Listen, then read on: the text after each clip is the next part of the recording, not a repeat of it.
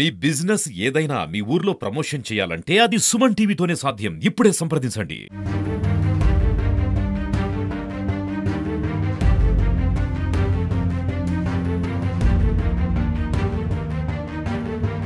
నమస్తే, welcome to Suman TV. Nizamabad జిల్లా ప్రభుత్వ ఆసుపత్రి అనేది చాలా పెద్దది. ఇక్కడికి నిజామాబాద్ జిల్లా చుట్టుపక్కల నుంచి చాలామంది ప్రజలు ఇక్కడికి వైద్యం కోసం వస్తుంటారు, పోతుంటారు. కానీ ఈ నిజామాబాద్ జిల్లాకి సంబంధించిన ప్రభుత్వ ఆసుపత్రి గురించి మాట్లాడుకుంటే చాలా రకాలైనటువంటి వైఫల్యాలు అయితే కనిపిస్తూ ఉన్నాయి. సో ఒకప్పుడు ఎంట్రీకి సంబంధించిన గేట్తోనే వాళ్ళు లోపలికి రావడం, అదేవిధంగా అవుట్ అవ్వడం కూడా ఒకటే గేట్తోనే చేసేవాళ్ళు. సో మనకు కనిపించే గేట్ ఇది సెకండ్ గేట్ ఇది.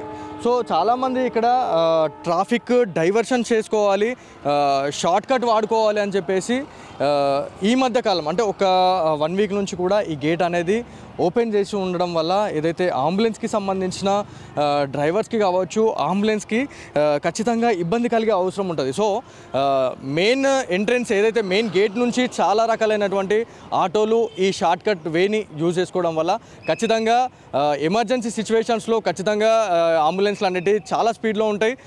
వాళ్ళు డైవర్షన్లో కావచ్చు, ఏదైతే క్రాసింగ్లో ఖచ్చితంగా స్పీడ్ ఉంటుంది. సో ఈ హాస్పిటల్కి సంబంధించి మాట్లాడుకుంటే ఒకటే ఎంట్రెన్స్, ఒకటే వే కాబట్టి దీంట్లోనే అంబులెన్స్ రావడం, అదేవిధంగా దీంట్లోనే కార్లు రావడము, ఆటోలకు సంబంధించి ప్రతిదీ దీంట్లోనే నడవడం వల్ల ఖచ్చితంగా అంబులెన్స్లకి సంబంధించి అంతరాయం కలిగించే అవసరం ఉంటుంది. కాబట్టి ఖచ్చితంగా ఇక్కడున్న హాస్పిటల్కి సంబంధించి స్టాఫ్ ఎవరైతే సిబ్బంది కావచ్చు, ఖచ్చితంగా ఇక్కడ ఉన్న సూపరింటెండెంట్ కావచ్చు, ఖచ్చితంగా దీనిపైన చర్య తీసుకోవాలని చెప్పేసి ఇప్పటికే నిజామాబాద్ జిల్లాకి సంబంధించిన ప్రజలు ఎవరైతే హాస్పిటల్కి మెయిన్గా వైద్యం కోసం వస్తుంటారో వాళ్ళు బైక్లు తీసుకొని రావడం కావచ్చు, వాళ్ళు ఖచ్చితంగా ఈ పార్కింగ్ని యూజ్ చేసుకుంటూ ఉంటారు. సో ఆటో వాళ్ళకి సంబంధించి ఇక్కడ చాలా ర్యాష్గా డ్రైవింగ్ చేస్తూ ఉన్నారు. ప్యాసింజర్ని ఎక్కించుకోవడము, హడావిడిగా బయటకు వెళ్ళిపోవడం అనేది సర్వసాధారణంగా జరుగుతూ ఉంది. అక్కడక్కడైతే చిన్నగా మనకి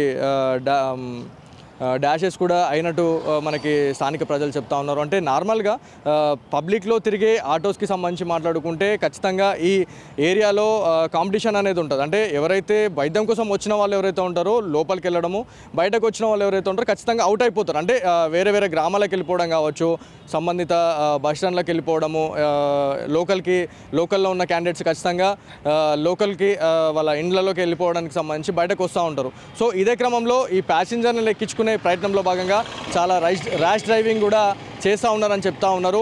సో ఈ మెయిన్ ఎంట్రన్స్కి సంబంధించి గతంలో ఎప్పుడు కూడా ఇది ఓపెన్గా లేదు అని చెప్తా ఉన్నారు. అంటే ఈ మెయిన్ అవుట్ గేట్కి సంబంధించి మాట్లాడుకుంటే కేవలం ఆసుపత్రికి సంబంధించిన అంబులెన్స్ సిబ్బందికి మాత్రమే ఇది ఖచ్చితంగా యూజ్ చేస్తుండే. అదేవిధంగా ఎవరైతే చనిపోయిన వ్యక్తులు ఎవరైతే ఉన్నారో డెడ్ బాడీస్కి సంబంధించి అవుట్ చేసేందుకు మాత్రమే ఈ సెకండ్ గేట్ని యూజ్ చేసేవాళ్ళు. కానీ ఈ 1 వీక్ నుంచి ఖచ్చితంగా ఇది సర్వసాధారణంగా ఆటోలు, బైక్లు, కార్లు ప్రతి ఒక్కరు షార్ట్కట్గా ఇది ఉంది కాబట్టి సో మనకి బస్టాండ్ నుంచి అదేవిధంగా ఈ హమ్మల్వాడి కావచ్చు, రైల్వే బ్రిడ్జ్కి వెళ్ళే ప్రధాన రహదారి మనకి బస్టాండ్కి వెళ్ళే వే కాబట్టి ఖచ్చితంగా చాలామంది షార్ట్కట్గా ఇది యూజ్ చేస్తూ ఉన్నారు. సో ఖచ్చితంగా అధికారులు దీనిపైన చర్యలు తీసుకొని ఈ సెకండ్ గేట్కి ఖచ్చితంగా తాళం వేయాలి. ఏదైతే ఎమర్జెన్సీ సిచ్యువేషన్స్లో అంబులెన్స్లకు మాత్రమే పర్మిషన్స్ ఇవ్వాలి అని చెప్పేసి సంబంధిత ఏదైతే ప్రజలు చెప్తా ఉన్నారు. సో ఇది ఇవాళ స్పెషల్ ఫోకస్.